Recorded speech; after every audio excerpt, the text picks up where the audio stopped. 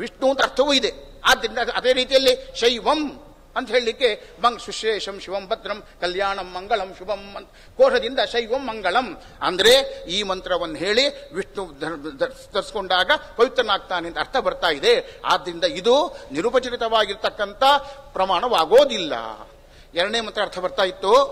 ಇನ್ನೊಂದು ಹೇಳಿದ್ರು, ಶಂಖ ಚಕ್ರಾದ್ಯಂಕನಂತ್ಯ ನೃತ್ಯ ಗೀತಾದಿಕಂ ತಥಾ ಏಕಜಾತೇರಯಂ ಧರ್ಮ ನ ಜಾತು ಸ್ಯಾತ್ ದ್ವಿಜನ್ಮನಃ.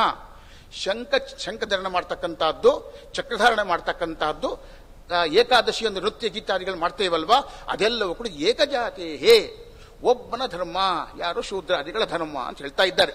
ಅಲ್ಲಿ ನೋಡಿ ಸ್ವಾರಸ್ಯ ಅರ್ಥ ಮಾಡ್ತಾ ಇದ್ದಾರೆ. ಅಲ್ಲಿಗೆ ಜಾತೂನಿಗೆ ಕೇವಲಂ ಬ್ರಾಹ್ಮಣಸ್ಯ ದ್ವಿಜಸ್ಯ ಇದು ಒಂದೇ ಧರ್ಮ ಅಲ್ಲ, ಅನ್ಯೋಪಿ ಧರ್ಮ ಅಸ್ತಿ.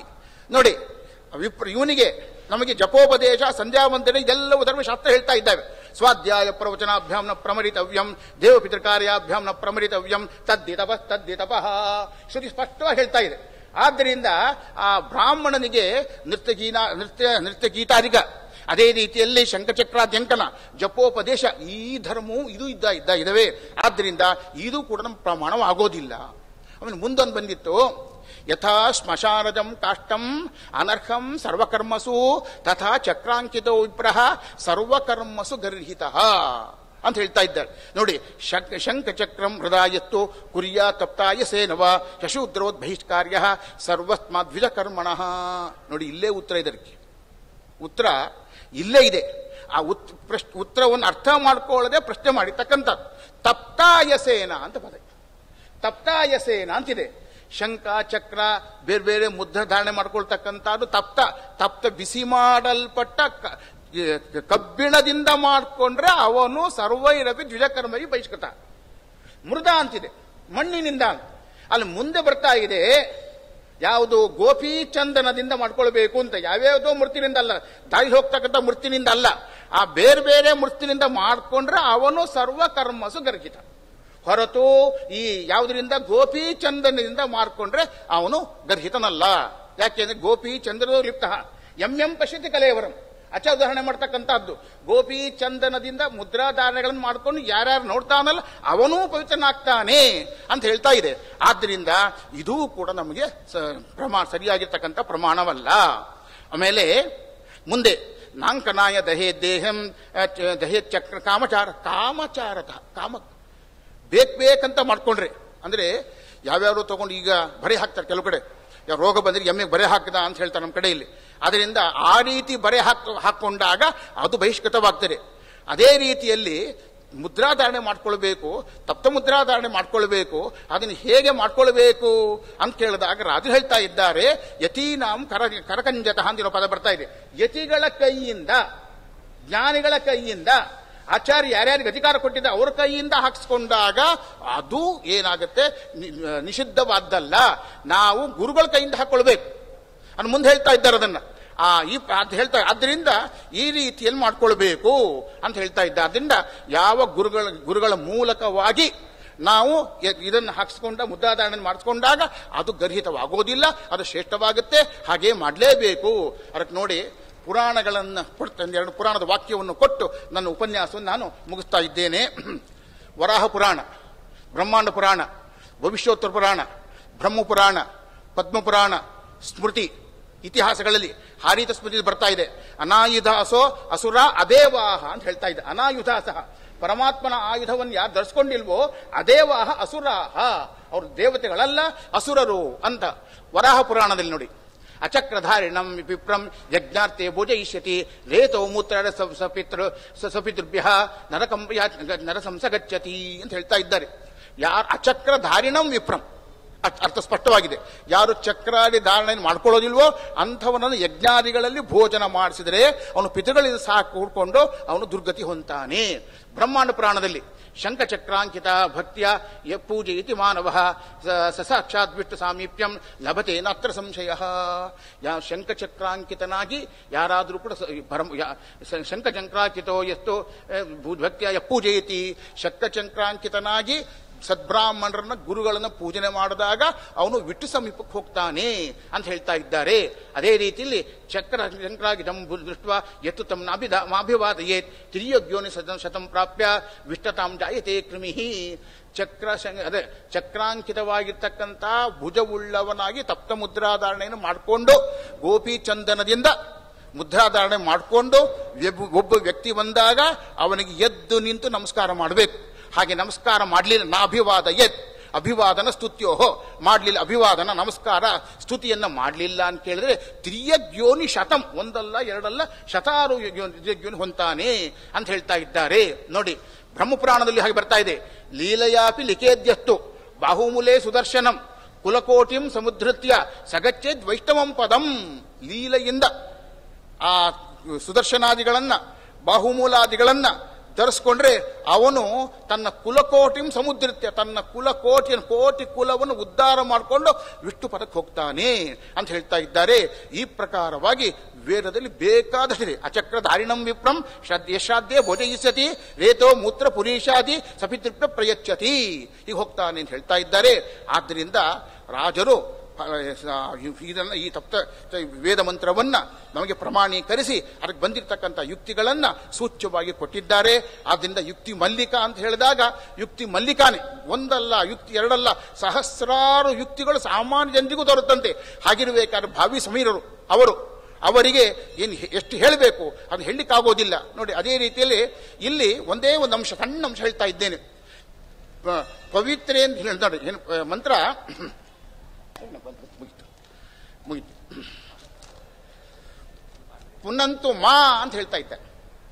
ಅಲ್ಲಿ ಪವಮಾನದ ಪುನಂತು ಮಾ ಅಂತಿದೆ. ಆದರೆ ರಾಜರು ಇಲ್ಲಿ ಎರಡು ಪ್ರಮಾಣ ಕೊಟ್ಟಾಗಾಯ್ತು.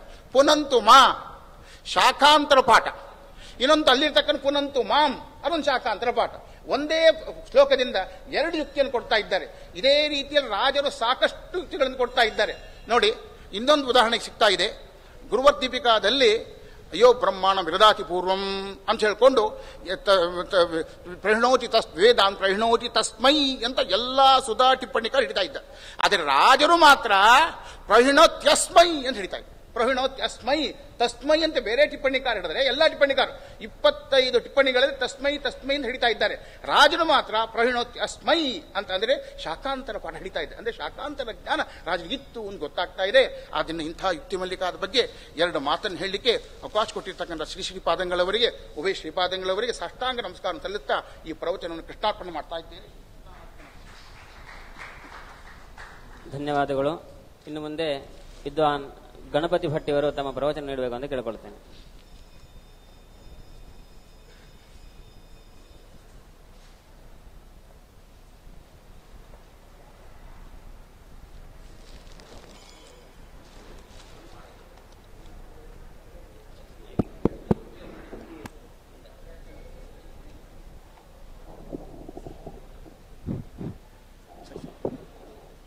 ಶ್ರೀ ಗುರುಭ್ಯೋ ನಮಃ. ಕೃಷ್ಣಾಯ ವಾಸುದೇವಾಯ ಹರೇ ಪರಮಾತ್ಮನೆ ಪ್ರಣತಕ್ಲೇಶನಾಶಾಯ ಗೋವಿಂದಾಯ ನಮೋ ನಮಃ. ಆಪಾದಮೌಲಿಪರ್ಯಂತಂ ಗುರುಣಾಂ ಆಗ್ರಹಸ್ಮರೆ ತೇನ ವಿಘ್ನಾ ಪ್ರಣಶ್ಯಂತೆ ಸಿದ್ಧ್ಯಂತೆ ಚ ಮನೋರಥಾಃ. ಕೃಷ್ಣಂ ನತ್ವಾ ತಥಾ ಮಧ್ವಂ ವಾಯುವಾಯುಂ ಚ ಭಕ್ತಿತಃ ವಿಶ್ವಸ್ಯ ವಲ್ಲಭಂ ನತ್ವಾ ವಕ್ಷ್ಯೇಹಂ ಯುಕ್ತಿಮಲ್ಲಿಕಾಂ. ನಮಃ ಶ್ರೀ ವಾದಿರಾಜಾಯ ಕೃಷ್ಣ ಮಧ್ವ ಪ್ರಿಯಾಯ ಚ ಯತ್ ಪ್ರಸಾದದ್ ಮಯಾ ಲಬ್ಧ ಮಲ್ಲಿಕಾ ಯುಕ್ತಿ ಮಲ್ಲಿಕಾ. ಶ್ರೀ ಗುರುಭ್ಯೋ ನಮಃ. ಭಾವಿ ಸಮೀರ ವಾದಿರಾಜರ ಯುಕ್ತಿ ಮಲ್ಲಿಕಾದ ಆ ಒಂದು ಮಹತ್ವವನ್ನು ನೀವೆಲ್ಲ ಅರಿತಿದ್ದೀರಿ. ನನಗೆ ಅನುವಾದ ಮಾಡಲಿಕ್ಕೆ ಬಂದಂತಹ ಭಾಗದಲ್ಲಿ ಕೆಲವು ಭಾಗವನ್ನು ನಾ ಇಲ್ಲಿ ಹೇಳಲಿಕ್ಕೆ ಇಚ್ಛೆ ಪಡ್ತಾ ಇದ್ದೀನಿ. ಶುದ್ಧಿ ಸೌರಭದ ಕೊನೆಯ ಭಾಗದಲ್ಲಿ ಗುಣಸೌರಭದಲ್ಲಿ ಏನೊಂದು ಭಗವಂತನ ಗುಣಪೂರ್ಣತ್ವವನ್ನು ಸಾಧನೆ ಮಾಡಿದ್ದಾರೋ ಅದಕ್ಕೆ ವಿರುದ್ಧವಾಗಿ ಕಾಣಿಸುವಂತಹ ಅಂಶಗಳನ್ನು ಶುದ್ಧಿ ಸೌರಭದಲ್ಲಿ ಅದಕ್ಕೆ ಉತ್ತರ ಕೊಡ್ತಾ ಕೊನೆಯ ಭಾಗದಲ್ಲಿ ಆಗಬೇಕಾದ್ರೆ ಐಕ್ಯವಾದಿಗಳು ಮುಖ್ಯವಾಗಿ ಒಂದು ಪ್ರಮಾಣವನ್ನಾಗಿ ಸ್ವೀಕಾರ ಮಾಡುವಂತಹ ಭಾಗ, ಒಂದು ವಾಕ್ಯ, ಪ್ರಸಿದ್ಧವಾದಂತಹ ಪುರುಷ ಸೂಕ್ತದಲ್ಲಿ ಬರುವಂತಹ ಒಂದು ಮಾತು, ಪುರುಷ ಏವೇದಂ ಸರ್ವಂ, ಎಲ್ಲವೂ ಕೂಡ ಇದಂ ಸರ್ವಂ ಪುರುಷ ಏವ, ಸರ್ವಂ ಕಲ್ವಿದಂ ಬ್ರಹ್ಮ ಎಂಬ ಶ್ರುತಿ ಇದ್ದ ಹಾಗೆ ಈ ಪುರುಷ ಸೂಕ್ತದ ಪ್ರಸಿದ್ಧವಾದಂತಹ ಈ ಭಾಗವೂ ಕೂಡ ಐಕ್ಯವನ್ನು ಪ್ರತಿಪಾದನೆ ಮಾಡ್ತಾ ಇರಬೇಕಾದ್ರೆ ನೀವು ಭೇದ ಭೇದ ಎಂಬುದಾಗಿ ಹೇಗೆ ಹೇಳಲಿಕ್ಕೆ ಸಾಧ್ಯ ಎಂಬ ಒಂದು ಆಕ್ಷೇಪವನ್ನು ಐಕ್ಯವಾದಿಗಳು ಪ್ರಬಲವಾಗಿ ಮಾಡಿದಾಗ ವಾದಿರಾಜಗುರು ಸಾರ್ವಭೌಮರು ಅನೇಕ ಯುಕ್ತಿಗಳಿಂದ ಆ ಒಂದು ಪುರುಷ ಸೂಕ್ತದ ತಾತ್ಪರ್ಯ ಎಲ್ಲಿದೆ ಎಂಬುದನ್ನು ತೋರಿಸ್ತಾ ಒಂದು ಕಡೆ ಹೇಳ್ತಾರೆ, ಪ್ರಥಮದಲ್ಲಿ ಯಾವುದೇ ಒಂದು ವಾಕ್ಯಕ್ಕೆ ಅರ್ಥ ಮಾಡಬೇಕು ಅಂತಾದರೆ ತಾತ್ಪರ್ಯಗಳನ್ನು ಬಿಡಬಾರದು, ಉಪಕ್ರಮ ಉಪಸಂಹಾರ ವಿವೇಚನೆ ಮಾಡಿ ಅರ್ಥ ಮಾಡಬೇಕು. ಇದು ಶಿಷ್ಟಾಚಾರ ಪರಂಪರಾದಿಂದ ಪ್ರಾಪ್ತವಾದದ್ದು. ಹಾಗೆ ನೋಡ್ಲಿಕ್ಕೆ ಹೋದಾಗ ಪುರುಷ ಸೂಕ್ತದ ಆದಿಯಲ್ಲಿ ಅಂತ್ಯದಲ್ಲಿ ಅಲ್ಲಲ್ಲಿ ಭಗವಂತನ ಸರ್ವೋತ್ತಮತ್ವವನ್ನು ಪ್ರತಿಪಾದನೆ ಮಾಡ್ತಾ ಇರಬೇಕಾದ್ರೆ ಮಧ್ಯದಲ್ಲಿ ಒಂದು ಬರುವಂತಹ ವಾಕ್ಯಕ್ಕೆ ನೀವು ಐಕ್ಯಪರ ಅಂತ ಅರ್ಥ ಮಾಡಿದ್ರೆ ಇದು ಹೇಗಾಗುತ್ತೆ ಅಂತ ಹೇಳಿದ್ರೆ ವಾದಿರಾಜರು ಹೇಳ್ತಾರೆ, ಬೆಲೆ ಬಾಳುವಂತಹ ಅನರ್ಘ್ಯವಾದಂತಹ ಒಂದು ಮಣಿಗಳಿಂದ ಪೋಣಿಸಿದಂತಹ ಹಾರದಲ್ಲಿ ಮಧ್ಯದಲ್ಲಿ ಒಂದು ಗಾಜಿನ ಮಣಿ ನಿಟ್ಟ ಹಾಗೆ ಆಗುತ್ತೆ. ಆದ್ರಿಂದಾಗಿ ಇದನ್ನು ಯಾರೂ ಈ ಅರ್ಥವನ್ನು ಸ್ವೀಕಾರ ಮಾಡುವುದಿಲ್ಲ ಅಂತ ಆ ಒಂದು ಸರಿಯಾದ ಅರ್ಥವನ್ನು ಹೇಳ್ತಾ ಇದ್ದಾರೆ. ಹಾಗಾದರೆ ಪುರುಷೇ ವೇದಂ ಸರ್ವ ಎಂಬುದಾಗಿ ಸ್ಪಷ್ಟವಾಗಿ ಪುರುಷನೇ ಇದೆಲ್ಲವೂ ಎಂಬುದಾಗಿ ಹೇಳ್ತಾ ಇದೆ ಅಲ್ವ, ಅದಕ್ಕೆ ಏನರ್ಥ ಅಂತ ಹೇಳಿದ್ರೆ ಅದಕ್ಕೆ ಶಾಸ್ತ್ರ ಬೆಂಬಲಿತವಾದಂತಹ ಶಾಸ್ತ್ರ ಸಮ್ಮತವಾದಂತಹ ಅರ್ಥವನ್ನು ಹೇಳ್ತಾ ವಾದಿರಾಜರು ಅವರದ್ದೇ ಆದಂತಹ ಒಂದು ಶೈಲಿಯಲ್ಲಿ ಅದನ್ನು ಸಮರ್ಥನೆ ಮಾಡ್ತಾ ಇದ್ದಾರೆ. ವ್ಯತ್ಯಾಸಶ್ಚ ವಿಭಕ್ತೀನಾಂ ವೇದವ್ಯಾಸಸ್ಯ ಸಮ್ಮತಃ ಅನ್ಯೇನೇತಿ ತೃತೀಯಾಂಯೋ ದ್ವಿತೀಯಾರ್ಥೇ ಅನ್ವಶಿಕ್ಷತ.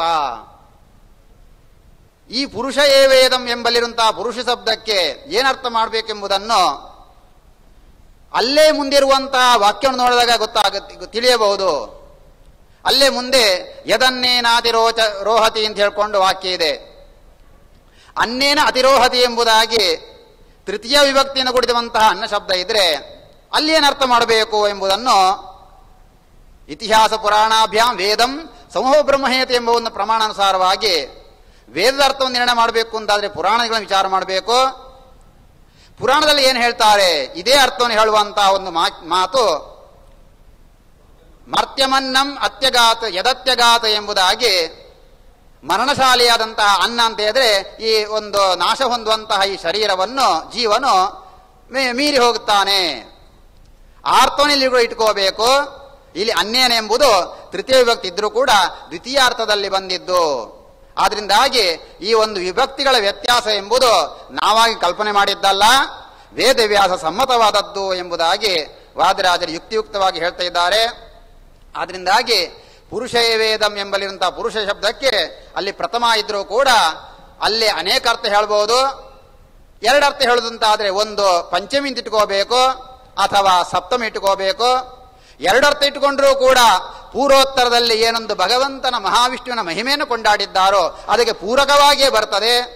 ಪುರುಷಾತ್ ಇದಂ ಸರ್ವಂ ಅಂತ ಹೇಳ್ಕೊಂಡ್ರೆ ಪುರುಷಾದೇವ ಇದಂ ಸರ್ವಂ ಅಂತ ಇಟ್ಕೊಂಡ್ರೆ ಪ್ರತಿಯೊಂದು ವಸ್ತುವಿನ ಸೃಷ್ಟಿ ಸಂಹಾರಾದಿ ಸಕಲ ಆ ಒಂದು ಕೆಲಸಗಳು ಕೂಡ ಭಗವಂತನಿಂದ ಆಗುವಂತದ್ದು ಹೇಳಿದಾಗ ಆ ಭಗವಂತನ ಮಹಿಮಾ ಎಂಬುದು ಇನ್ನು ಅಧಿಕವಾಗಿ ನಮಗೆ ಗೋಚರವಾಗ್ತಾ ಇದೆ.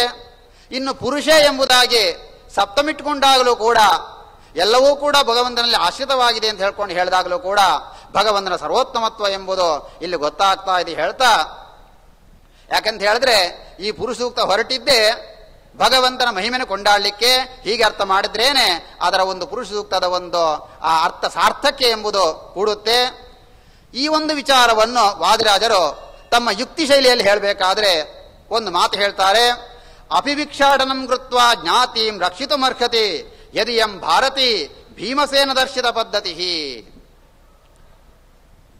ನಾವು ಸಂಸಾರ ನಡೆಸಬೇಕಾದ್ರೆ ಊಟಕ್ಕೆ ಗತಿ ಇಲ್ಲ, ಅದು ವಿಶೇಷವಾಗಿ ಬ್ರಾಹ್ಮಣನಿಗೆ ಹೇಳುವಂತಹ ಮಾತು.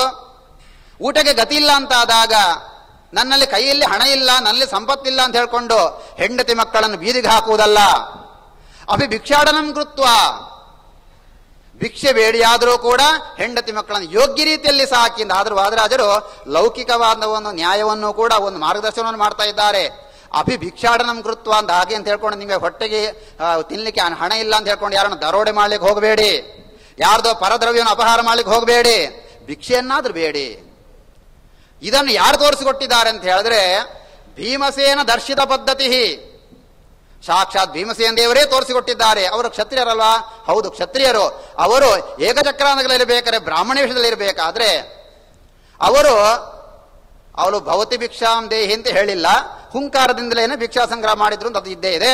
ಅಂತೂ ಜ್ಞಾತಿಗಳನ್ನು ರಕ್ಷಣೆ ಮಾಡುವಂತಹ ಸಂದರ್ಭದಲ್ಲಿ ಭಿಕ್ಷೆಯನ್ನಾದರೂ ಬೇಡಿ ಎಂಬ ಆ ಒಂದು ಪದ್ಧತಿಯನ್ನು ಭೀಮಸೇನ ದೇವರು ತೋರಿಸಿಕೊಟ್ಟಿದ್ದಾರೆ.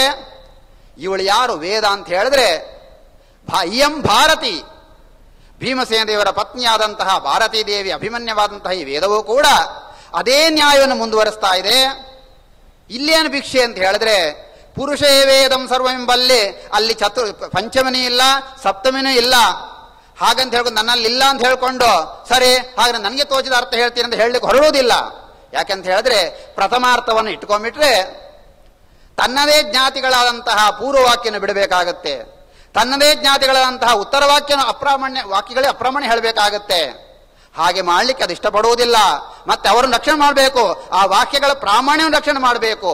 ಅದಕ್ಕೋಸ್ಕರ ತನ್ನಲ್ಲಿ ಇಲ್ಲದಿದ್ರೂ ಕೂಡ ಕೊಡುವವರು ಬೇಕಾದಷ್ಟು ಜನ ಇದ್ದಾರೆ, ಹೋಗಿ ಭಿಕ್ಷೆ ಬೇಡಿ. ಯಾವುದದು? ಪಂಚಮಿ ಸಪ್ತಮಿ ಎಂಬ ವಿಭಕ್ತಿಯನ್ನು ಭಿಕ್ಷೆ ಬೇಡಿ ತನ್ನೊಳಗೆ ಅನ್ವಯ ಮಾಡಿಕೊಂಡು ಈ ರೀತಿಯಾಗಿ ಅರ್ಥ ಹೇಳಿದಾಗ ಅದು ಆ ಪೂರ್ವೋತ್ತರ ವಾಕ್ಯಗಳ ಪ್ರಾಮಾಣ್ಯಕ್ಕೆ ಸಾಧಕವಾಗುತ್ತೆ. ಆದ್ರಿಂದಾಗಿ ಈ ಒಂದು ವಿಚಾರವನ್ನು ವಾದಿರಾಜರು ತಮ್ಮ ಒಂದು ಯುಕ್ತಿಯ ಮೂಲಕ ಮನದಟ್ಟು ಮಾಡಿಕೊಟ್ಟಿದ್ದಾರೆ. ಇನ್ನು ಮುಂದೆ ಹೇಳ್ತಾರೆ, ಇಲ್ಲಿ ಸರಿ ನೀವು ಹೇಳಿದ ಹಾಗೆ ಐಕ್ಯಾರ್ಥ ಇಟ್ಕೊಳ್ಳೋಣ ಅಂತ ಇಟ್ಕೊಂಡ್ರು ಕೂಡ ನೀವಾದ್ರೂ ಐಕ್ಯಾರ್ಥ ಹೇಳ್ತೀರಾ? ಐಕ್ಯವಾದಿಗಳು ಕೂಡ ಪೂರ್ಣ ಐಕ್ಯ ಹೇಳಲಿಕ್ಕೆ ಆಗುದಿಲ್ಲ. ಯಾಕೆ ಅಂತ ಹೇಳಿದ್ರೆ ಪುರುಷ ಏ ವೇದಂ ಸರ್ವಂ ಅಂತ ಹೇಳ್ಕೊಬೇಕಾದ್ರೆ ಸರ್ವಂ ಅಂದ್ರೆ ಜಡವೂ ಬರುತ್ತೆ.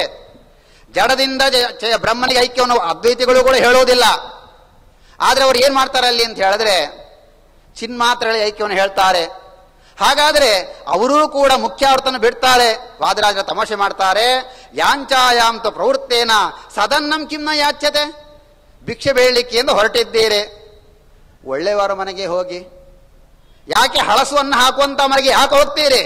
ಒಳ್ಳೆ ಅನ್ನ ಕೊಡುವಂತಹ ಮನೆಯಾಗೆ ಹೋಗಿ ಭಿಕ್ಷೆ ಬೇಡಿ ಅಂತ ಹೇಳ್ತಾರೆ. ನೀವು ಕೂಡ ಅನ್ಯಾರ್ಥವನ್ನೇ ಮಾಡಬೇಕು. ಹಾಗಿರ್ಬೇಕಾದ್ರೆ ನಾವು ಮಾಡಿದಂತ ಅನ್ಯಾರ್ಥ ಮಾಡಿದ್ರೆ ಆವಾಗ ಪೂರ್ವೋತ್ತರ ವಾಕ್ಯಗಳ ಪ್ರಾಮಾಣ್ಯವೂ ಕೂಡ ಸಿದ್ಧವಾಗುತ್ತೆ. ಅದು ಇದೇ ಯುಕ್ತ ಎಂಬುದಾಗಿ ಹೇಳ್ಕೊಂಡು ಇನ್ನೊಂದು ಯುಕ್ತಿಯನ್ನು ಹೇಳ್ಕೊಂಡು ಅವ್ರು ಹೇಳ್ತಾರೆ, ಈ ಪುರುಷೂಕ್ತ ಇಟ್ಕೊಂಡು ದೇವತೆಗಳೆಲ್ಲ ಬ್ರಹ್ಮದೇವರನ್ನು ಮುಂದೆ ಇಟ್ಟುಕೊಂಡು ಕ್ಷೀರ ಸಮುದ್ರದ ಹತ್ತಿರ ಹೋಗಿ ಭಗವಂತನ ಸ್ತೋತ್ರ ಮಾಡ್ತಿದ್ದಾರೆ. ಒಂದು ವೇಳೆ ಈ ಸೂಕ್ತದ ಅರ್ಥ ಐಕ್ಯನೇ ಅಂತ ಆಗಿದ್ದಿದ್ರೆ ಅವ್ರು ಯಾಕೋಸ್ಕರ ಹೋಗಿದ್ದು? ಭೂಮಿಯಲ್ಲಿ ಆ ದೈತ್ಯರ ಭಾರ ಜಾಸ್ತಿ ಆಗಿದೆ, ಭೂಭಾರ ಹರಣ ಆಗ್ಬೇಕಾಗಿದೆ, ಭಗವಂತ ನೀನು ಬರಬೇಕು ಅಂತ ಪ್ರಾರ್ಥನೆ ಮಾಡ್ಲಿಕ್ಕೋಸ್ಕರ ಹೋಗಿದ್ದು. ವಾದರಾಜ ಹೇಳ್ತಾರೆ, ಒಂದು ವೇಳೆ ಐಕ್ಯನ ಅರ್ಥಾಂಗ ಆಗಿದ್ದಿದ್ರೆ ಕಾ ಭೂಹು ಕುತೋ ಬರಹ ತಸ್ಯಾಹ ಕಹ ಸ್ವಯಂ ಕಶ್ಚ ಪೂರುಷಃ ಏತಾವಧಿ ಸೂಕ್ತಾರ್ಥಂ ಧ್ಯಾತಾ ದಾತಾನವೇತಿ ಕಿಂ. ಸ್ತೋತ್ರ ಮಾಡುವಂತಹ ಬ್ರಹ್ಮದೇವರಿಗೆ ಪುರುಷೂಕ್ತ ಅರ್ಥ ಗೊತ್ತಿಲ್ಲೇನ? ಅದ್ಯಾಕೆಂತ ಹೇಳಿದ್ರೆ ಒಂದು ವೇಳೆ ಐಕ್ಯ ಅಂತ ಆಗಿದ್ದಿದ್ರೆ ಯಾರಿಗೆ ಭಾರ, ಯಾರ ಭಾರ, ಯಾರು ಪುರುಷ, ಈ ಭೇದನೆ ಇಲ್ಲ. ಅದಕ್ಕೆ ಒಂದು ಸಿದ್ಧ ಒಂದು ಅರ್ಥ ಇದೆ ಇದು ಐಕ್ಯವಾದಿಗಳದ್ದು. ಏನು ಅಂತ ಹೇಳಿದ್ರೆ ಇದೆಲ್ಲ ವ್ಯಾವಹಾರಿಕ ಭೇದ ಇಟ್ಕೊಂಡು ಕೂಡಿಸ್ತೇವೆ ಅಂತ. ಅದಕ್ಕೂ ತಕ್ಷಣ ಉತ್ತರ ಕೊಡ್ತಾರೆ ವಾದರಾಜರು. ವ್ಯಾವಹಾರಿಕ ಭೇದಾಚೇತ್ ತರ್ಹಿ ಕಾರ್ಯಾನಿರೋಧಿನಃ ತಸ್ಯ ಅನುಕೂಲಮೇವಾರ್ಥಂ ವಕ್ತಿ ಸೂಕ್ತಂ ನವೈರಿಣಂ. ಸರಿ, ಹಾಗಾದ್ರೆ ವ್ಯವಹಾರಗೊಳಿಸಲಿಗೋಸ್ಕರ ನೀವಿಂತ ಅರ್ಥ ಮಾಡ್ತೀರಂತಾದ್ರೆ ವ್ಯವಹಾರ ಲೌಕಿಕ ವ್ಯವಹಾರ ಮಾತ್ರ ಅಂತ ಇಟ್ಕೊಳ್ಬೇಡಿ. ಮೋಕ್ಷದ ವ್ಯವಹಾರವೇನಿದೆ, ಮೋಕ್ಷದಲ್ಲೂ ಕೂಡ ಮುಕ್ತರು ಜಕ್ಷನ್ ಕ್ರೀಡನ್ ರವಮಾಣ ಇತ್ಯಾದಿ ರೀತಿಯಲ್ಲಿ ಅವರೂ ಕೂಡ ಭೇದ ಇರುವಾಗ ಏನೊಂದು ವ್ಯವಹಾರ ಆಗುತ್ತೋ ಅಂತ ವ್ಯವಹಾರ ಮಾಡ್ತಾ ಇದ್ದಾರೆ ಅಂತ ಆದ್ಮೇಲೆ ಅಂತಹ ವ್ಯವಹಾರಕ್ಕೆ ಅನುಕೂಲ ಒಂದು ಅರ್ಥವನ್ನೇ ಮಾಡಿ, ಆದ್ರಿಂದಾಗಿ ಹೊರತದಕ್ಕೆ ವಿರುದ್ಧ ಒಂದು ಅರ್ಥ ಮಾಡಬೇಡಿ ಅಂತ ಹೇಳ್ಕೊಂಡು ಈ ಒಂದು ಸೂಕ್ತದ ಅರ್ಥವನ್ನು ಯುಕ್ತಿ ಮೂಲಕವಾಗಿ ಸಾಧನೆ ಮಾಡಿದ್ದಾರೆ. ಈ ರೀತಿಯಾಗಿ ಯುಕ್ತಿ ಮಲ್ಲಿಕಾದ ಈ ಒಂದು ಚಿಕ್ಕ ಭಾಗವನ್ನು ಹೇಳುವ ಮೂಲಕ ಈ ಒಂದು ಸೇವೆಗೆ ಅವಕಾಶ ಮಾಡಿಕೊಟ್ಟಂತಹ ಗುರುಗಳಿಗೆ ಸಾಷ್ಟಾಂಗ ಪ್ರಣಾಮ ಅರ್ಪಿಸ್ತಾ ಈ ಒಂದು ಪ್ರವಚನವನ್ನು ಅಸ್ಮದ್ ಗುರು ಅಂತರ್ಗತ ಭಾರತೀಯ ರಮಣ ಮುಖ್ಯ ಪ್ರಾಣಾಂತರ್ಗತ ಗೋಪಾಲನ ಪಾದಗಳಲ್ಲಿ ಶ್ರೀಕೃಷ್ಣಾರ್ಪಣ. ಕ್ಲಿಪ್ತ ಸಮಯದಲ್ಲಿ ವಿಷಯವನ್ನ ಮಂಡಿಸಿರುವಂತಹ ಆಚಾರ್ಯರಿಗೆ ಧನ್ಯವಾದಗಳು. ಇನ್ನು ಮುಂದೆ ವಿದ್ವಾನ್ ನವಲಗುಂದ ಆಚಾರ್ಯ ಇವರು ತಮ್ಮ ವಿಷಯವನ್ನು ಮಂಡನೆ ಮಾಡಬೇಕು ಅಂತ ಕೇಳ್ಕೊಳ್ತೇನೆ.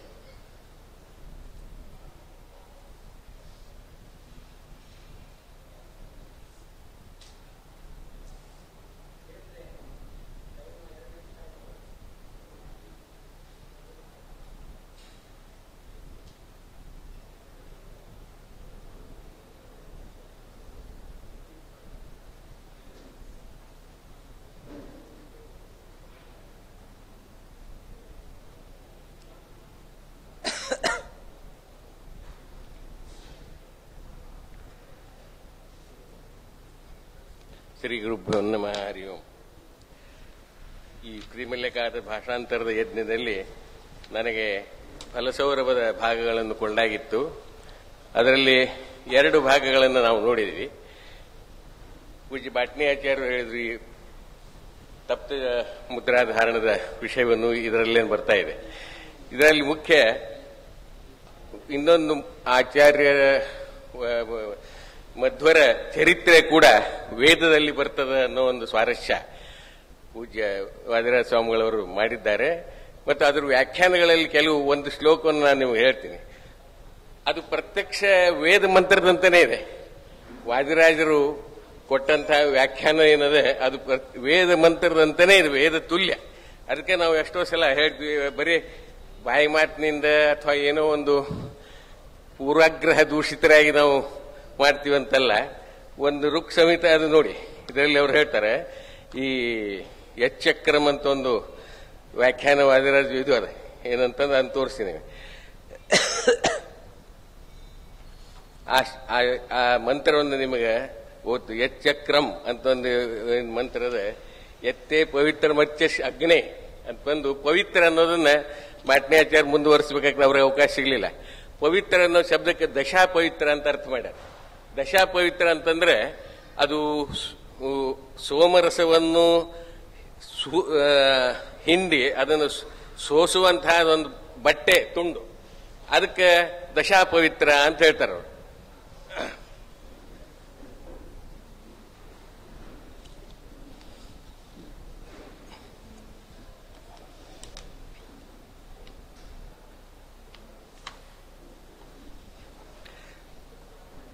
ಅದನ್ನು ಅವರು ಎಕ್ಸ್ಪ್ಲೇನ್ ಮಾಡಿ ದಶಾ ಪವಿತ್ರ ಅಂತ ಅನ್ನೋದು ಈ ಎತ್ತೇ ಪವಿತ್ರ ಅರ್ಚಿಸಿ ಅಗ್ನಿಯ ಜ್ವಾಲೆಗಳಲ್ಲಿ ಅದು ಸ್ಥಾಪಿತವಾದಂತಹ ಚಕ್ರ ಹಾಗೂ ಶಂಖಗಳನ್ನು ಧಾರಣೆ ಮಾಡಬೇಕಂದ್ರೆ ನಿನ್ನ ದಶಾ ಪವಿತ್ರ ಅದರಲ್ಲಿ ಹಾಕಿದ್ರೆ ಅದು ಸುಟ್ಟು ಹೋಗ್ತದಪ್ಪ ಅಂತ ಒಂದು ಹಾಸ್ಯವನ್ನು ಮಾಡ್ತಾರೆ.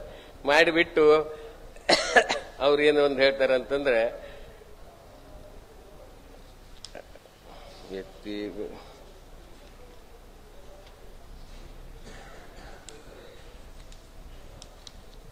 ಒಂದು ಆ ಶ್ಲೋಕದ ವೈಶಿಷ್ಟ್ಯವನ್ನು ನಿಮಗೆ ತೋರಿಸ್ಬೇಕಾಗ್ಯದ. ಅದು ಒಂದನ್ನೇ ತೋರಿಸೋದು ನನ್ನ ಇದು ಅದ.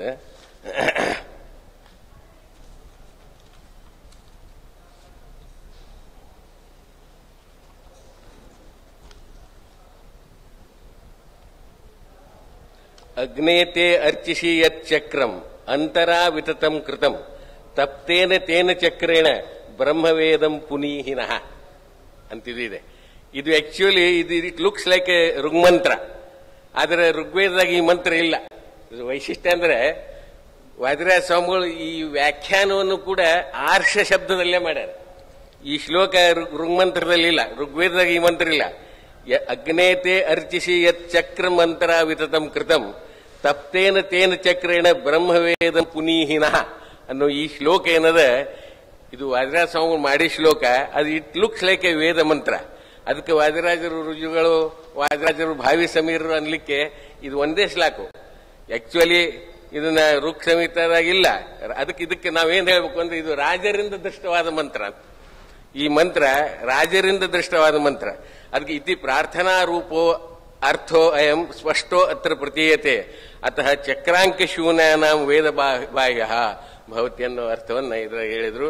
ಆ ದಶಾ ಪವಿತ್ರ ಅನ್ನೋ ವಿಷಯವನ್ನು ಮುಂದೆ ಬಹಳ ವಿಸ್ತಾರವಾಗಿ ಜೋಕ್ ಮಾಡ್ಯಾರ, ಅವ್ರ ಮೇಲೆ ಟಾಂಟ್ ಮಾಡ್ಯಾರ.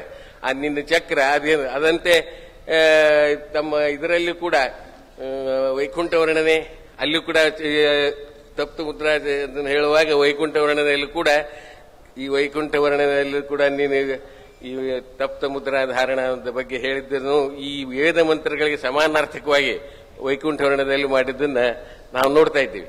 ಇದಲ್ಲದೆ ಇನ್ನೊಂದು ವೈಶಿಷ್ಟ್ಯ ಅಂತಂದ್ರೆ, ಹೆಂಗ ವೇದದಲ್ಲಿ ಪೂರ್ವ ಪ್ರಸಿದ್ಧ ವ್ಯತಿರಿಕ್ತ ವೇದದಲ್ಲಿ ಪ್ರಸಿದ್ಧವಾದ ವೇದದಲ್ಲಿ ಏನು ಪ್ರತಿಪಾದಿತರಾದಂತಹ ದೇವತೆಗಳಲ್ಲದೆ ಆ ಎಲ್ಲ ಮಂತ್ರಗಳು ವಾಯುದೇವರ ಪರವಾಗಿ ಆಗ್ಬೋದು, ರಾಜರ ಪರವಾಗಿ ಆಗ್ಬೋದು ಅಂತ ನಾವು ಹೇಳ್ತೇವಲ್ಲ, ಅದನ್ನು ಕೂಡ ಒಂದು ಸೂಚ್ಯವಾಗಿ ಇಲ್ಲಿ ಒಂದು ತೋರಿಸಿದ್ದಾರೆ. ಎಸ್ಪೆಷಲಿ ಸಿಂಹಂ ನಸಂತಂ ಮಧ್ವೋ ಅಯಾಸಂ ಹರಿಂ ಅರುಷಂ ದಿವೋ ಅಸ್ಯ ಪತಿಂ ಶೂರೋ ಯುತ್ಸು ಪ್ರಥಮ ಪೃಚ್ಛತೆ ಗಾಶ್ಯ ಚಕ್ಷಸ ಪರಿಪಾತ್ಯ ಕುಕ್ಷ ಎಂಬ ಈ ಮಂತ್ರವನ್ನು ಏನದಲ್ಲ, ಈ ಮಂತ್ರವನ್ನು ರಾಜರು ಮಧ್ವಾಚಾರ್ಯರ ಪರವಾಗಿ ಮಾಡ್ಯಾರ. ಶಿವಹಂ ನರಸಂತಂ ಅನ್ನೋದನ್ನ ಮಧ್ವಾಚಾರ್ಯರ ಪರವಾಗಿ ಮಾಡಿದ್ದಾರೆ. ಅದರಂತೆ ಅದೇ ಮಂತ್ರವನ್ನ ಅಂದ್ರೆ ನರಸಿಂಹದೇವರ ಮುಖ್ಯ ಶಿಷ್ಯರಾದಂಥ ವಾಯುದೇವರು ಅಂದರೆ ಮಧ್ವಾಚಾರ್ಯರು ನರಸಿಂಹದೇವರಿಂದ ಎಲ್ಲ ವೇದಗಳನ್ನು ಕಲಿತರು, ವಿದ್ಯಾವನ್ನು ಕಲಿತರು. ಆ ವಿದ್ಯೆಯನ್ನ ಸಕಲ ಸಜ್ಜನರಿಗೆ ಹಂಚಿದರು ಅನ್ನೋ ಅರ್ಥ ಈ ಶಿವಂ ನರಸಿಂಹಸಂತಂ ಅಂತ ಒಂದು ಬರ್ತದೆ. ಹಿಂಗೆ ಮೂರು ಅರ್ಥ. ಯಾಕಂದ್ರೆ ಅರುಷ ಅಂದ್ರೇನು? ಹರಿಭಕ್ತೇಶು ಶಾಂತತ್ವಾತ್ ಅರುಷಂ ರೋಷವರ್ಜಿತಂ. ಭಗವಂತ ನರಸಿಂಹರೂಪಿ ಪರ್ವತ ಮಹಾ ಉಗ್ರಂ ವೀರಂ ಅಂತಾನೆ ಅವ್ರ ಮಂತ್ರ ಅದ. ಅದನ್ನು ಬ್ರಹ್ಮದೇವ್ರ ದೃಷ್ಟವಾದಂತಹ ಉಗ್ರಂ ವೀರಂ ಅನ್ನೋ ಮಂತ್ರ ಇದ್ರೂ ಕೂಡ ಅವ ಅರುಷ ಅಂದ್ರೆ ಅವ ರೋಷ ಇಲ್ಲದವನು, ಶಾಂತ ಮೂರ್ತಿ ಅಂತ. ಯಾರಿಗದು? ಭಕ್ತರಲ್ಲಿ ಅಂತ. ಹರಿಭಕ್ತೇಶು ಶಾಂತತ್ವಾತ್ ಅರುಷಂ ರೋಷವರ್ಜನಂ.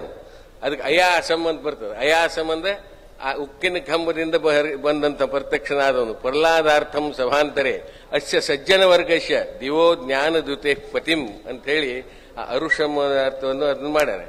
ಆದ್ದರಿಂದ ಅದೇ ರೀತಿ ಈ ಅದಕ್ಕೆ ಮಧ್ವಾಚಾರ್ಯರು ಯಾವ ರೀತಿಯಿಂದ ಈ ವಾಗ್ಯುದ್ಧೇಶು ಮಹೀತಲೆ ಮಧ್ವಾಭಿಧೋ ಯೋಗಿ ಅಲ್ಲೇ ಯಾಕಂದ್ರೆ ವೇದದಲ್ಲಿ ಕೆಲವು ಕಡೆ ಸ್ಪಷ್ಟವಾಗಿ ಮಧ್ವನ್ನೋ ಪದನೇ ಇರೋದ್ರಿಂದ ವೇದ ಮಂತ್ರದಲ್ಲಿ ಅದನ್ನ ನಾವು ಮಧ್ವಪರವಾಗಿ ಮಾಡಲಿಕ್ಕೆ ಏನು ಅನುಪತ್ತಿ ಇಲ್ಲೇ ಇಲ್ಲ. ಅದರಿಂದ ಮಧ್ವಾಭಿಧೋ ಯೋಗಿ ಶ್ರೋತೃಷು ಪ್ರಥಮ ಸದಾ ಗಾ ಉಪಪದೋಕ್ತ ಸದ್ವಿದ್ಯಾಂ ವ್ಯಕ್ತಂ ಹರ್ಷಾಯ ಪೃಚ್ಛತೆ. ಅದಕ್ಕೆ ಯೋಗ್ಯರಾದ ಶಿಷ್ಯರುಗಳಲ್ಲಿ ಆಚಾರ್ಯ ಮಧ್ವರು ಎಲ್ಲ ಭಗವಂತನಾದ ನರಸಿಂಹನಿಂದ. ಯಾಕಂದ್ರೆ ನರಸಿಂಹ ಅಖಿಲಾಜ್ಞಾನ ಮತ್ತು ಧ್ವಾಂತ ದಿವಾಕರನ ನರಸಿಂಹದೇವರ ಶಿಷ್ಯರೇ ಮಧ್ವಾಚಾರ್ಯರು ಅನ್ನೋದು ಇದ್ದಿದ್ದರಿಂದ ಅನೇಕ ಅದನ್ನ ಟೀಕಾಕಾರರು ಅದನ್ನ ಹೇಳ್ಯಾರ, ವ್ಯಾಖ್ಯಾನಕಾರರು. ಅಂದ್ರೆ ನರಸಿಂಹದೇವರ ಶಿಷ್ಯರು ಮಧ್ವಾಚಾರ್ಯರು ಅನ್ನೋದು ಇದ್ದೇ ಇದೆ. ಆದ್ದರಿಂದ ಅದನ್ನ ಅವರು ಮಾಡಿದರು ಅಂತ ಒಂದು ಆ ಜ್ಞಾನದಿಂದ. ಆಮೇಲೆ ಅದರಂತೆ ಅವರು ಹಿರೇಬದರಿಯಲ್ಲಿ ವ್ಯಾಸ ಶಿಷ್ಯರಾಗಿ ಜ್ಞಾನವನ್ನು ಅಭಿವ್ಯಕ್ತಿಯನ್ನು ಪಡೆದರು. ಅವರು ರುಜುತ್ತಮರಾದ್ದರಿಂದ ಅವರ ಜ್ಞಾನ ನಿತ್ಯವಾದ ಜ್ಞಾನ ಇತ್ಯಾದಿ ವಿಷಯಗಳನ್ನು ಕೂಡ ಅಲ್ಲಿ ಅವರು ಮಧ್ವಪರವಾಗಿ ಅರ್ಥ ಮಾಡಿ. ಅದರಂತೆ ಪ್ರಧಾರ ಮಧ್ವ ಇತ್ಯತ್ರಾಪಿ ಉಕ್ತೋ ಮಧ್ವಶ್ಯ ವಿಕ್ರಮ. ಆ ಮಧ್ವಂತ ಕಂಠತಃ ಹೇಳಿದ ರುಕ್ಕುಗಳನ್ನು ವಿಶೇಷ ವ್ಯಾಖ್ಯಾನ ಮಾಡೋ ಶ್ರಮ ಪಡೋ ಕಾರಣ ಇಲ್ಲ. ಯಾಕಂದ್ರೆ ಅದರಲ್ಲಿ ಅದಂತ ಇದ್ದೇ ಇದೆ.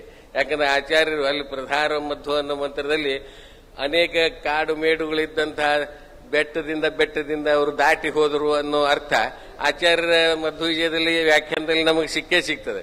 ಅಲ್ಲಿ ನದಿಗಳನ್ನು ದಾಟಿದರು ಅನ್ನೋ ವಿಷಯವನ್ನ ಮಧ್ವವಿಜಯದ ವಚನದಿಂದ ಅವರು ಅಪ್ಲವ ದೇವ ನದಿ ತರಣಂತೆ ಅಂತ ನದಿಗಳನ್ನು ದಾಟಿದ್ರು ಮಧ್ವಾಚಾರ್ಯ ಅನ್ನೋದ್ರಿಂದ ಈ ಪ್ರಧಾರ ಮಧ್ವ ಅನ್ನೋ ರುಕ್ಕಿನಲ್ಲಿ ಆ ಅರ್ಥ ನಮಗೆ ಸಿಗ್ತದೆ ಅನ್ನೋದನ್ನು ಕೂಡ ರಾಜರನ್ನ ಹೇಳಿದ್ದಾರೆ.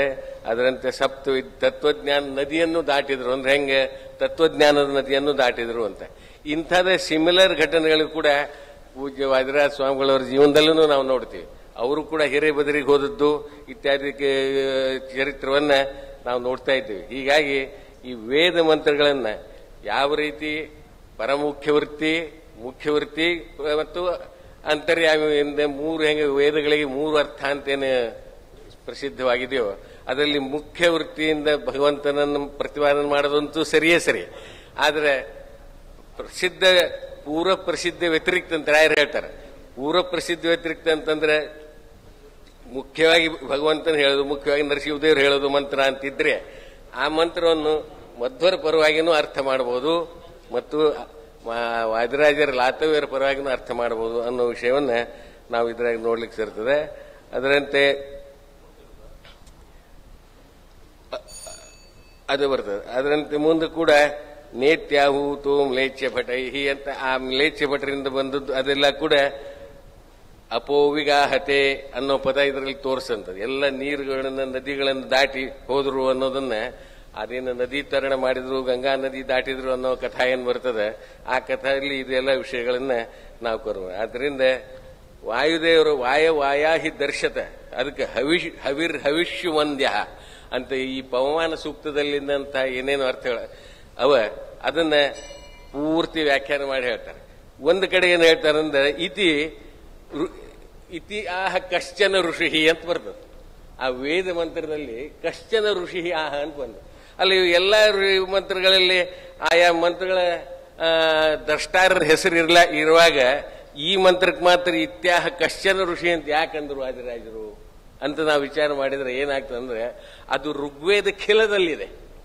ಋಗ್ವೇದ ಖಿಲ ಏನಾಗಿದೆ ಅಂದ್ರೆ ಇತರ ಶಾಖಾದಲ್ಲಿರುವ ವೇದ ಮಂತ್ರಗಳೇನವಲ್ಲ ಅವು ಈ ಪ್ರಚಲಿತ ಋಗ್ವೇದದಲ್ಲಿ ಸೇರಿಸಿಬಿಟ್ಟಾರೆ. ಈಗ ಸೇರಿಸಿದ್ರಿಂದ ಆ ಮಂತ್ರಗಳನ್ನ ದೃಷ್ಟಾರಾದ ಋಷಿಗಳ ಹೆಸರು ಲುಪ್ತ ಆಗ್ಯಾವ. ಹೀಗಾಗಿ ರಾಜರೇನು ಹೇಳಿದ್ರು, ಇತ್ಯಾಹ ಕಶ್ಚನ ಋಷಿ ಅಂತ ಹಿಂಗೆ ಹೇಳಿದ್ರು. ಅಂದ್ರೆ ಯಾವುದು ಖಿಲ, ಯಾವುದು ಮೂಲ, ಯಾವುದಕ್ಕೆ ಮಂತ್ರದೃಷ್ಟಾರರು ಪ್ರಸಿದ್ಧರಿದ್ದಾರೆ, ಯಾವುದಕ್ಕಿಲ್ಲ ಅನ್ನೋದು ಸರ್ವಜ್ಞರಾದವರಿಗೇನೆ ತಿಳಿಯದೆ ಹೊರತು ಅಸ್ಮನಾದಿಗಳಿಗೆ ತಿಳಿಯುವುದಿಲ್ಲ. ಆದ್ರಿಂದ ವಾದಿರಾಜ ಸ್ವಾಮಿಗಳು ಈ ಸ್ವಾರಸ್ಯವನ್ನ ನಾವು ಇದರಲ್ಲಿ ನೋಡ್ಲಿಕ್ಕೆ ಸಿಗ್ತದೆ. ಅದರಂತೆ ಇನ್ನು ಮಧ್ವ ಸತ್ವಂ ಪವಸ್ವ ಪವಿತ್ರ ಮಾಡು ಅಂತೇನು ಪವಮಾನ ಸೂಕ್ತಗಳಿವೆಲ್ಲ ಅವೆಲ್ಲವನ್ನು ಮಧ್ವರ ಪರವಾಗಿ ರಾಜರು ಮಾಡಿ ತೋರಿಸ್ಯಾರ. ಹೀಗಾಗಿ ಇಂಥ ವಿಶೇಷವಾಗಿದ್ದಂಥ ಈ ರಾಜರ ಮಹಿಮಾ ಯುಕ್ತಿಗಳ ಮೂಲಕ ಒಂದು 5 ದಶಾಪವಿತ್ರದ ಬಗ್ಗೆ ಯುಕ್ತಿ ನೋಡಿದ್ವು. ದಶಾಪವಿತ್ರ ಅಂದ್ರೆ ಸಹಸ್ರಧಾರ ಅಂದ್ರೆ ಅವ್ರೇನು ಇಂಟರ್ಪ್ರಿಟ್ ಮಾಡಿದ್ರು ಅಂದ್ರೆ ಸಹಸ್ರ ಛಿದ್ರದಾಗ ಸೋಮರಸ ಅವನ ಅರೆದು ಅದನ್ನ ಸೋಮರಸವನ್ನು ಸೋಸೋದೇನು ಬಟ್ಟೆ ಇರ್ತಲ್ಲ ಅದಕ್ಕೆ ದಶಾಪವಿತ್ರ ಅಂತಂತಾರೆ. ಅದಕ್ಕೆ ಆ ದಶಾಪವಿತ್ರನೇ ಈ ನಮ್ಮ ನೀವು ಸುಮ್ಮನೆ ಚಕ್ರ ಅಂತ ತಿಳ್ಕೊಂಡು ಅದು ದಶಾಪವಿತ್ರ ಅಂತ ಇವರು ಹೇಳಿದ್ರು. ಅದಕ್ಕೆ ಆಯ್ತಾ ಮುಗಿತು. ಆದ್ರಿಂದ ಅದು ಅಲ್ಲ ಅಂತ ಹೇಳಿದ್ರು. ಆದ್ರಿಂದ ಈ ರೀತಿ ನಾವು 2 ವಿಷಯಗಳು ಮುಖ್ಯವಾಗಿ ಇದರಲ್ಲಿ ತಿಳಿಬೇಕಾದಂದ್ರೆ ವಾದಿರಾಜರ ವಾಕ್ಯಗಳು ವೇದ ತುಲ್ಯ. ನಾವೊಂದು ಮಂತ್ರವನ್ನು ಓದಿ ತೋರಿಸಿ ಅದು ಮಂತ್ರ ಇದ್ದಂಗಿದೆ, ಅದ್ರ ಮಂತ್ರ ಅಲ್ಲದು, ರಾಜರಿಂದ ದೃಷ್ಟವಾದ ಮಂತ್ರ. ರಾಜರ ವ್ಯಾಖ್ಯಾನನೇ ವೇದ ಮಂತ್ರದಂತೆ ಇದೆ ಅನ್ನೋದು ಒಂದು ಸ್ವಾರಸ್ಯ ನಾವು ನೋಡಿದ್ವಿ. ಋಷಿಗಳು ಎಲ್ಲೆಲ್ಲಿ ಲುಪ್ತ ಆಗಿದೆ, ಖಿಲಭಾಗದಲ್ಲಿ ಏನಿದೆ ಅದನ್ನು ತಾವು ಅದರಂತೆ ಕಶ್ಯನ ಋಷಿ ಅಂತಾನೆ ತಾವು ಪ್ರಾಮಾಣಿಕವಾಗಿ ಇದು ಲೋಪವಾಗಿದೆ ಈ ವೇದ ಮಂತ್ರ, ಏನ್ ಮಾಡೋದು, ಇದನ್ನು ಖಿಲದಾಗಿ ಸೇರಿಸ್ಬಿಟ್ಟಾರೆ, ಅದರಿಂದ ಇದು ಖಿಲವಾಗುತ್ತದೆ, ಅದರಿಂದ ಇದು ಋಷಿಗಳು ಯಾರು ನಮಗೆ ಗೊತ್ತಿಲ್ಲ, ಯಾರೋ ಮಹಾನುಭಾವರು ಅಂತ ಹೀಗೆ ಹೇಳಿದ್ರು. ಹೀಗೆ ರಾಜರ ಸರ್ವಜ್ಞತ್ವವನ್ನ ಸೂಚಕವಾಗುವಂತಹ ಅನೇಕ ವಿಷಯಗಳನ್ನು ನಾವು ಇದರಲ್ಲಿ ನೋಡ್ಲಿಕ್ಕೆ ಸಿಗ್ತದೆ. 2 ಅಕ್ಷರ ಯಥಾಮತಿ ತಿಳಿದದನ್ನ ಪೂಜ್ಯ ಗುರುಗಳಲ್ಲಿ ಸಮರ್ಪಣೆ ಮಾಡ್ತೀವಿ. ಧನ್ಯವಾದಗಳು. ಇನ್ನು ಮುಂದೆ ಶ್ರೀಕಾಂತಾಚಾರ್ಯ ಪುರೋಹಿತ್ ಇವರು ತಮ್ಮ ಪ್ರವಚನ ನೀಡಬೇಕು ಅಂತ ಕೇಳ್ಕೊಳ್ತೇನೆ.